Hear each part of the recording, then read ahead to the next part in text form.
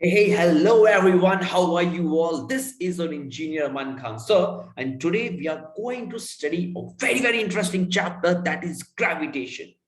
So, students, have you ever wondered how you're able to ride your bicycle on the surface of the road, maybe on the bumpy road? How you are able to swim? How you're able to hit a ball, and when you see the motion of the ball, after some times the ball comes back to the surface of the earth, how you can see all these phenomena. Or have you ever seen in a science fiction movie that people are flying in the space shuttle? Isn't it? They are not able to drink water, even their food is also flying in a very haphazard way. So, all these questions will be answered in this session. Actually, there is a thing known as the gravity or the gravitational force. The gravitational force is responsible to bind all the things in their proper place. So once upon a time, there lived a great scientist, visionary scientist. His name was Sir Isaac Newton in England. So he was doing some research work. He was busy reading his research documents under the apple tree. And suddenly what happened? Make a guess. An apple fell on his head.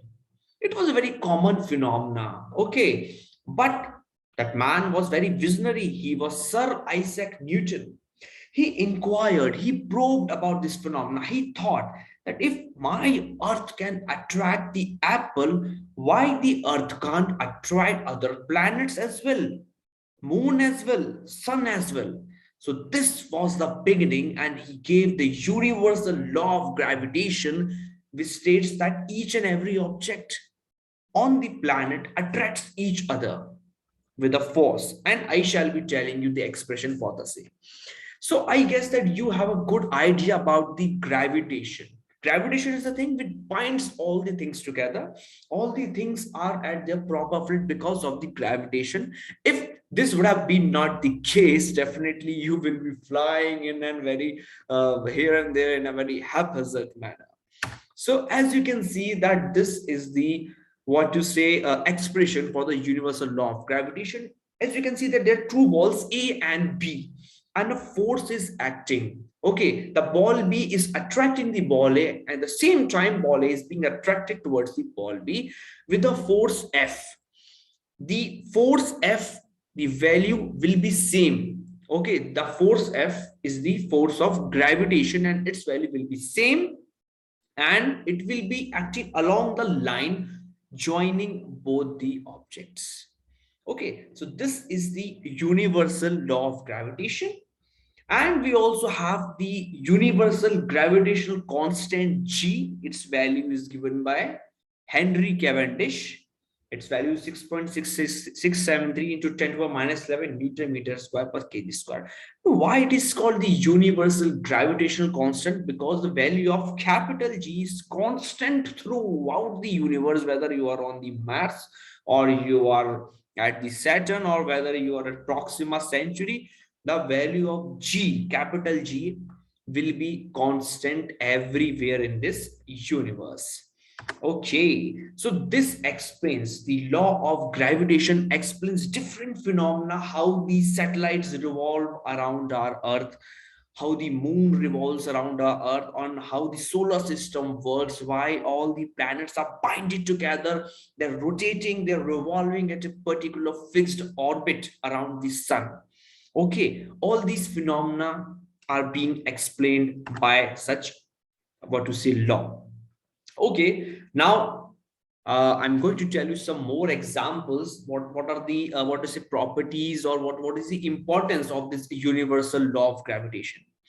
As you can see on the screen, that two balls are kept.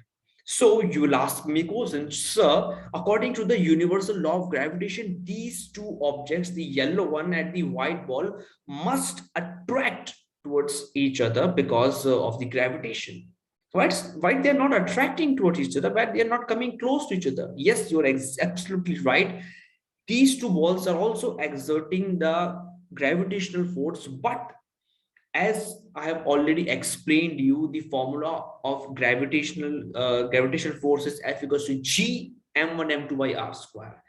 So it depends on the mass of the objects. Here you can see the mass is extremely small. So the force of gravitation is very, very less. But if we talk about the celestial bodies or the terrestrial bodies, the mass of the moon, the mass of the sun, the mass of the earth is very, very huge. Okay. There you can find a sufficient amount of gravitational force. And yes, our moon and earth attract each other. And how, in what manner you can see the attraction? Yes, you're absolutely right.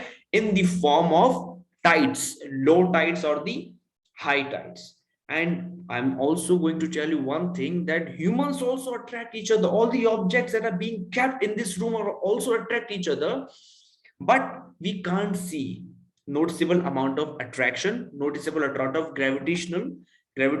Why? Because again, because of the mass itself, because the mass is very, very negligible, isn't it?